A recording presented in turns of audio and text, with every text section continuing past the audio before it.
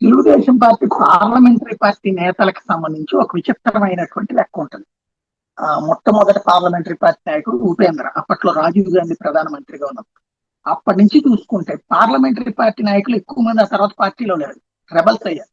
ఉపేంద్ర ఒకప్పుడు ఆయన Telugu Desam parliamentary party నాయకుడు 84 నుంచి 91 దాకా. సురంగా పార్లమెంట్ నాయకుడు అంటే అప్పట్లో వీళ్ళ కేంద్ర మంత్రి హోదాతో సమానమైనటువంటి. అప్పుడు కాంగ్రెస్ ఉన్నటువంటి సందర్భంలో ఒక వెలుగు వెలిగాడు ఆయన. 84 నుంచి 91 దాకా అంటే 7 సంవత్సరాలు. ఆ తర్వాత ఆయన చంద్రబాబు వచ్చాక ఈయన్ని తొక్కి పెట్టడం మిగిలించేశాక బయటికి వెళ్ళి కాంగ్రెస్ పార్టీలోకి వెళ్ళి కాంగ్రెస్ పార్టీ తరఫున ఎంపీగా 2 సార్లు విజయవాడకి చేసుకొచ్చారు. ఆ తర్వాత దగ్గుబాటి వెంకటేశ్వర 91 నుంచి 96 దాకా. ఆయన తర్వాత తెలుగుదేశంతో విభేదించి 94లో 95లో పార్టీని తీసుకున్నాక ఈయన చివరికి పార్టీ నుంచి బయటకు వెళ్ళిపోయారు. మొదట పార్టీతో ఉండి ఆ తర్వాత రేణుకా చౌదరి 96 నుంచి 97 ఒక ఏడాది. ఆవిడ ఇప్పుడు ఎక్కడ ఉందో తెలుసు, కాంగ్రెస్ లో ఉంది.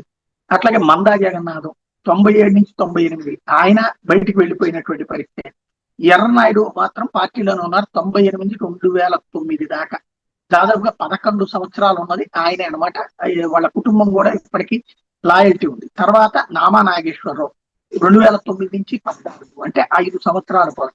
తీరా చూస్తే ఆయన ఇప్పుడు దేంట్లో ఉన్నారు, బీఆర్ఎస్ లో ఉన్నారు.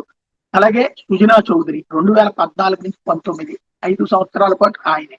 ఇప్పుడు ఆయన ఎక్కడ ఉన్నారు, భారతీయ జనతా పార్టీ ఎమ్మెల్యేగా ఉన్నారు. తర్వాత జయదేవ్ గల్లా ఈయనకి 19 నుంచి 2024 దాకా. ఈయన ఎక్కడ ఉన్నారు, ఇప్పుడు పార్టీని రాజీనామా చేసి వదిలేసి వెళ్ళిపోయారు స్వయంగా.